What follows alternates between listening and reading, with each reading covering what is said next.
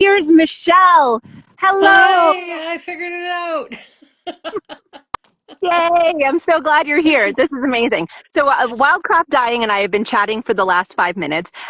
So let me address her last question as briefly as I can, and then we're going to loop in and I'm going to re-ask the questions that I very poorly answered so that you can answer them better, Michelle. Um, so she had asked how many people are involved in making a book. So I'm going to tick off the people. Obviously, the two of us right here, Mhm. author and publisher. I'm also the editor of the book. We're a one-woman show over here at 910. So I was the acquisitions editor. I'm also the project editor. I'm like the editor. Michelle Woodvine, who is our longtime copy editor, who's worked on many of our books and also on Digits and Threads, the online magazine. She will be copy editing the book when we get farther down in the editorial process. We work with a proofreader. We work with an indexer who goes through the whole book and will create an index for it. Uh, the book designer we work with. And let me think, who else?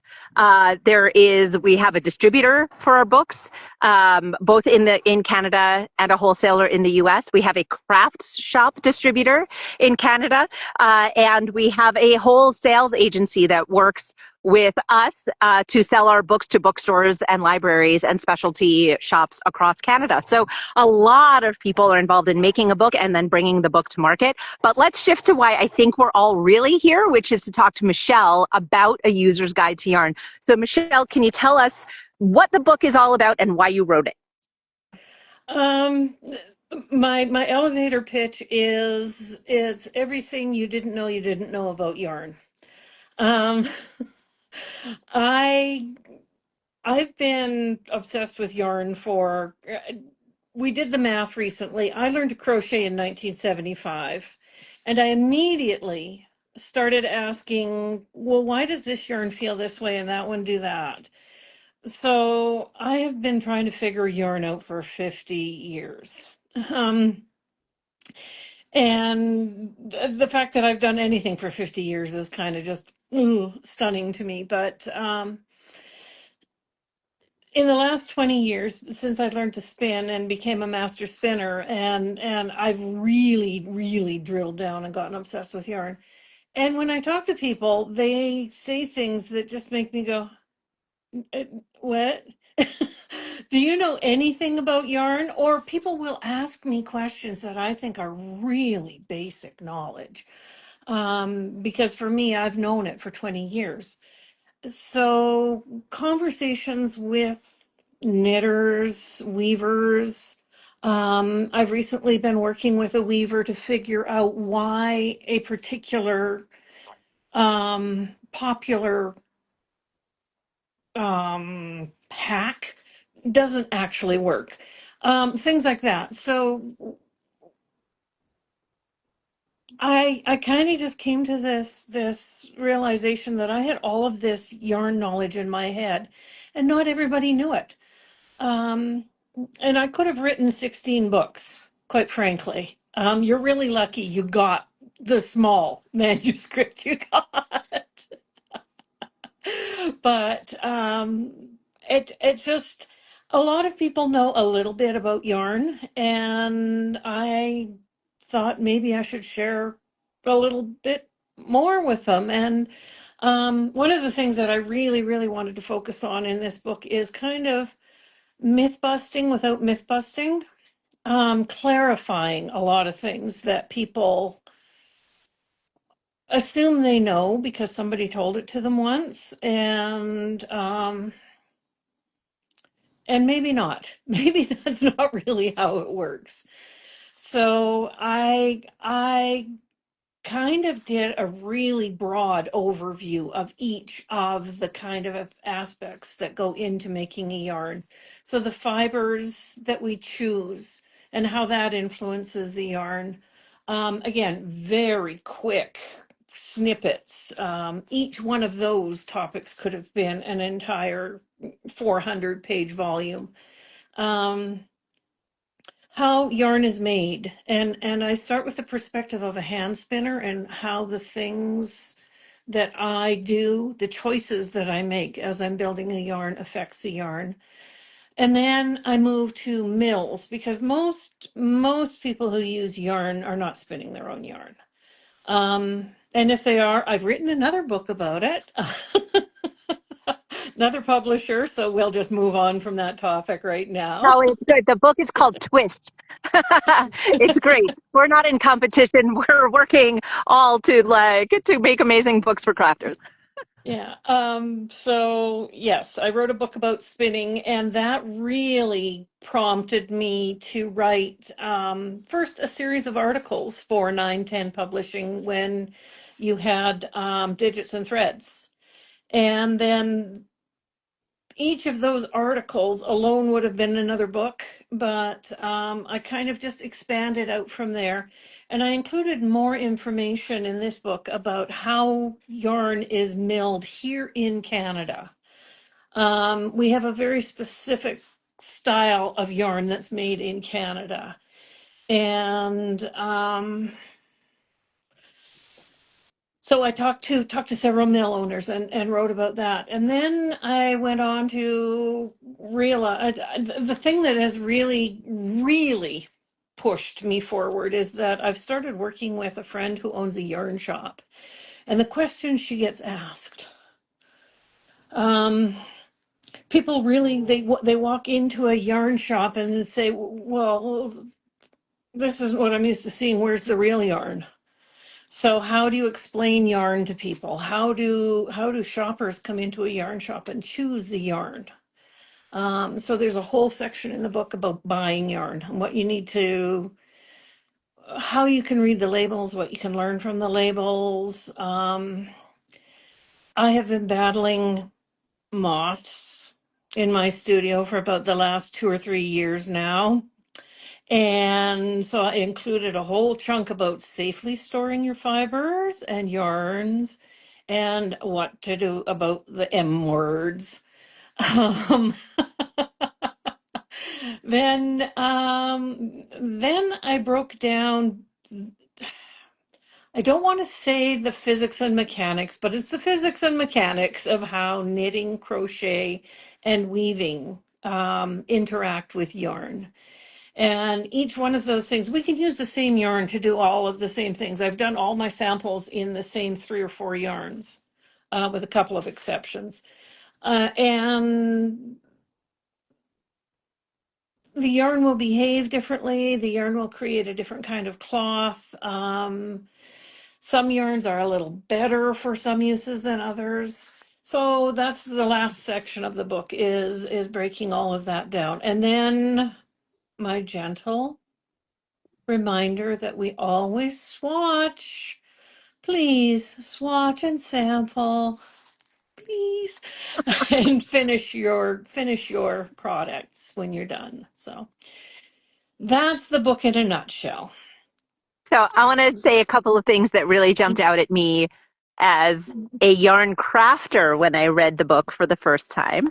One of the true delights of my job is that I get to read these books several times before they even come out. And it's like I get to be a fangirl for every book that I make because I get to see it first. The first is that you included a burn test chart. I feel like if you are a user of stash yarn or estate sale yarn or thrift store yarn, you have at some point Googled, how do I tell what in heck this unlabeled yarn is? And you'll come across 800 different blog posts with mildly conflicting and not comprehensive information about what to look for when you set that yarn on fire, which is essentially what you do to tell what it is. Michelle has in this book a chart. It will fit on one page of the book. I encourage you, dog ear it, put a paper clip in it, stick a sticky in it, because you will refer to it throughout the rest of your yarn using life.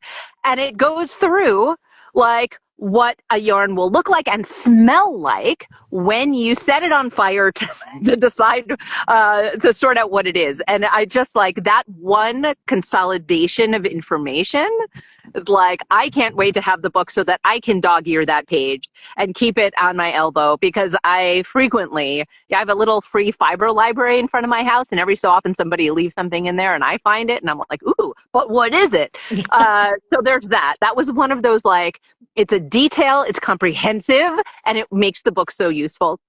And then another thing is that I had never thought about, you discuss, one of the things you discuss, one of the many things you discuss about yarn is its construction as you can see it in a cross section, if you cut the yarn and look at it straight on.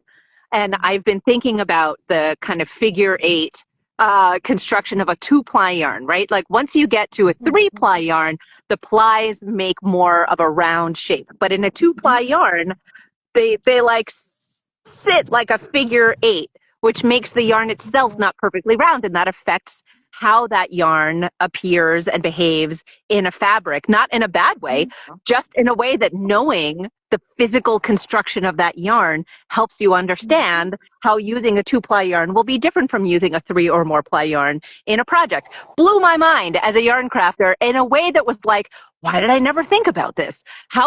So this is a book to me that is the perfect gift for somebody who has just started doing a yarn craft in a way that they're really into it and they're going to keep going, because all of the information is perfectly accessible to a beginner. And it's also a book that will enhance the craft experience of anybody who has been knitting or weaving or crocheting for decades even, and is an expert in what we do, because our craft community has rarely, if ever, talked about all of these factors. Anyway, look at me. I'm like, it slices, it dices. Obviously, I love the book. That's why I wanted to publish it with 910. But Michelle, what are some things that you think will surprise readers when they read the book? Well, the one thing that I was just rereading, and I'm tweaking it a little bit to make it a little bit clearer, and this came up at my local knit night a couple of weeks ago, is that um, when you're crocheting, very often the yarn untwists as you're hooking it, and you can see the 2 plies separating. And there's this really widely held belief that you can't crochet with knitting yarn because that's going to happen, and then that's going to make those 2 plies not stick together in your crocheted cloth, and then you're going to have loops and hooks.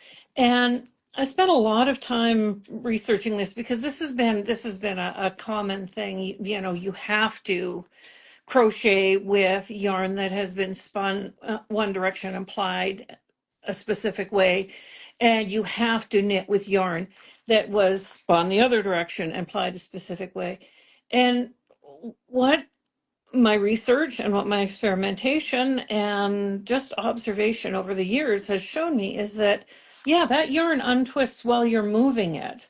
The minute you stop moving it, it twists back together. And when I try to tell people this, they look at me like I've just told them that the moon is actually made of green cheese. And they just, but I go into some detail, and that's I think one of the things that's a really deeply held belief that I'm trying to dispel.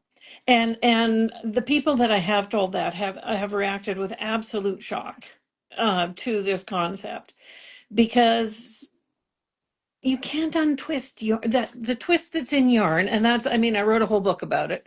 The twist that's in yarn stays there. It doesn't pull apart. It doesn't dissipate as you work with it.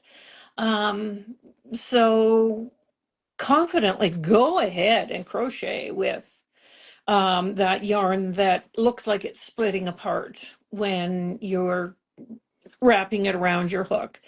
Um, you'll get cloth that holds together. It's fine. It's not going to wreck your crochet. That's amazing. I love this. As a crocheter, I appreciate that you included crochet in this. It is often the craft that's left out. And so it was very interesting to me to read all of the, because you'll talk about knitting and you'll talk about crochet and you'll talk about weaving. And I do all three of those crafts. And so having them all covered at once in the same way made me understand the yarn even better, because you're looking at it from all of the all of those angles at once. And Felicia from Sweet Georgia Yarns just said she loves the juxtaposition of the settings, where I'm like in the semi-wilderness and Michelle has all this beautiful yarn behind her. Welcome to August in crafts and publishing in Canada, right? I would not be surprised if some like large prey or predator animal walked by me from behind. So I'm counting on all of you to be like, wow. Hopefully I'm talking loudly enough that all the bearers are staying far away. But yeah, they are both. Thank you, Felicia. So we're here. I know that like we're in the middle of a random Thursday and we don't have a lot of folks on the live right now, but we will post the video. If the folks who are here have any questions for Michelle or for me about the book, this is a great way to ask us anything, any curious, specific, very nerdy yarn question, anything you want to know about what else is in the book. All of the information, much deeper information about the book and what's in it is on the Kickstarter page for it. So if you go to our link in bio, you'll find the Kickstarter page for A User's Guide to Yarn. And there I go through sort of the 3 parts of the book that Michelle organized this information into, and a bit about what's in each part, and then a bunch of nerdy stuff about how books are made and why we use Kickstarter to make them. And I'm wondering, Michelle, I know that you're currently swatching a lot. We're gonna hold our photo shoot in September. The book is coming out it is slated for the fall of 2026. So it's a year from now. Excuse me. Right now, the book is in its first round of revisions. So obviously, I have read it. Obviously, Michelle has already said she's in the midst of revising it. There will be 2 more rounds of revisions that go into it. One of them will be influenced by those consultation reads that I mentioned earlier, and then the copy editing. So you kind of, when you edit a book, you start from it's like a funnel this way. You start from the very broad at the top, and then you narrow down so that the final round of edits is about the grammar, the punctuation, all the very nitty-gritty things. And then it'll go into production, and a book takes about 6 weeks to print, and then another 3 to 4 weeks for it to become ready at the distributor. So the book will be completed a good couple of months before it actually is released into the wild. Perhaps I'm influenced by my setting. But Kickstarter backers will get their books first. So as soon as the books arrive to me in Vancouver from the printer, I begin sending out Kickstarter backers rewards, which presumably will include a copy of the book. We also offer a PDF ebook of the book, which will be distributed before the book is back from the printer. So if you really are eager for all of the contents of the book before your print book arrives, grab an ebook from the Kickstarter. We also have just added this week, I don't know why, neither Michelle nor I thought of it, but then we were able to add it to the campaign, a wraps per inch tool. It's a very small tool if you're familiar with it, and it has an inch gauge and a 2.5 centimeter gauge on it with information about how many wraps per inch kind of equates to different named yarn weights like fingering weight, DK weight, sport weight, worsted weight yarns. This again can help you when you have an unlabeled yarn. Michelle goes over in the book how to accurately measure wraps per inch, which is fantastic. And so this tool will have, depending on the design constraints of the maker of the tool, who's also based here in BC, it'll have either the title of the book or our 910 logo on the back. So it'll be unique to this campaign. You can get one of those when you back the Kickstarter. And what the Kickstarter does is it enables our tiny press to afford the $20,000 print cost for a full color book in a large enough print run to be distributed across North America, which is a tremendous cost for a startup business, but it also helps us to pay the other half of the budget for this book, which will approach about $45,000 all told, which is paying all of the human beings who are involved in making it, which is very exciting to us. We work exclusively with Canadians. our editors, the consultants for this book, the printer, everybody is here. So that was a very lengthy explanation of when the book is coming out and also what goes into it. But Michelle, I'm wondering what in addition to the swatching you're finishing up, are you making or spinning anything for simply for the joy of it right now? Yeah. I'm finishing up a sweater spin that I actually started last October. And it's it's it's the boring base color to go with some fancy tweedy yarns that came out of one of those fiber box situations, and it's the boring base color, so it kind of got put off. I just finished in July, when the Tour de France is on. There is an event that started on Ravelry and just has kind of grown out from there, called the Tour de Fleece, where people spin on the days that the Tour de France riders are racing.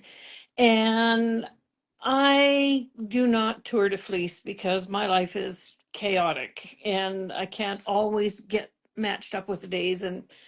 But I set myself some goals this July, and I finished the last skein of a soft woolen yarn. I wish I had them. They're just right over there. Um, I'm going to make a Faroese style shawl, and then I've got the boring base color. I'm going to make a sweater for myself, and there's something else I'm spinning right now. Oh, I just put it into soak. A lovely merino and yak blend that was dyed by friend of mine, the Fiber Goddess in Calgary, and it is in lovely gold and mauve tones. And it's probably going to wind up being a little crop top for me. So I did a lot of spinning in July in spite of all of the other stuff, and then suddenly revisions and Kickstarters and my own trip to the wilderness. We took 4 days and went to Revelstoke for our anniversary. So it's been a hectic month, but there has been spinning. That's And amazing. yep. Awesome. And while we have Felicia here too, I wanted to mention we've talked about this photo shoot we're having. A huge shout out to Felicia and Sweet Georgia Yarns, who have invited us to use their photo setup in their studio in Vancouver.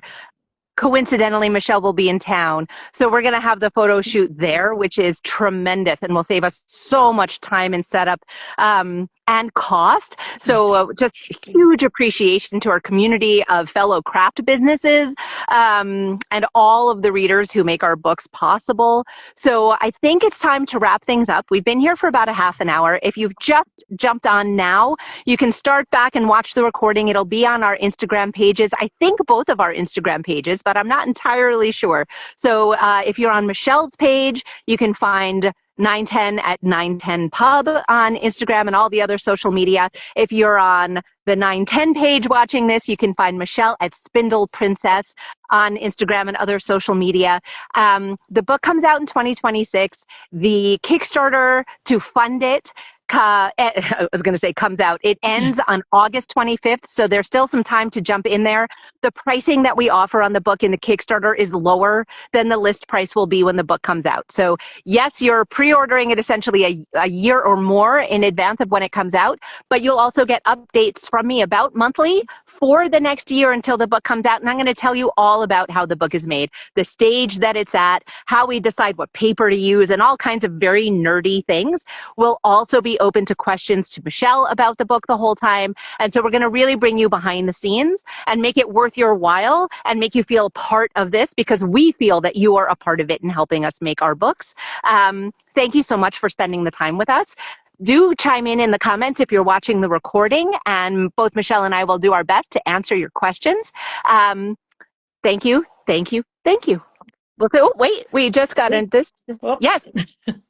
can I grab one more quick moment and just say I have to send a huge shout out to the mill owners across Canada who have supported this book with yarn support and fiber support. I'm right now working on the project that Wave Weir at Wave Fiber Mills in Ontario has been part of. Leah Little at Briggs and Little, Maddie at Custom Woolen Mills, and Anna Hunter at Longway Homestead. They have all been massively supportive of this book and have answered all of my silly questions. And this book wouldn't happen without them too. So let's include them in those big shout outs from now on. Yes. And thank you, Kim, for having faith in this book and taking the dive. Well, I love it. Working with you on it is amazing, Michelle. It is, it's my favorite part of the work that I do is working with authors. And you are a delight. This book is a delight. Thank you for reminding me to name all of the mill owners. It's just such a huge and beautiful community that we have here in Canada. We're excited to share that with the world. This book is relevant to yarn users anywhere in the world, and you'll get a peek into a bit of how those Canadian yarns are made so uniquely, as Michelle had mentioned. So thank you all. I do want to mention that Wildcraft Dyeing mentioned that the book sounds amazing and that she could see it being great for folks in the historical fiber communities who need to tie in historical yarn processing into projects because it gives that deep dive into how yarns are made by hand or by mill. So very, very cool. Thank you all for joining us. If you're watching the recording, thank you for watching. Do get in touch with us anytime with your questions, and we look forward to chatting and getting more nerdy about yarn with you in the months to come. Bye, everyone. Thank you, Michelle. I don't know how to end this. Give me a sec. Okay, no, that's not how. Okay, now you're going to watch us all like, oh, here we go, here we go. No, let's just all touch the buttons. Okay, I got it. I'll talk to you all later. Take care.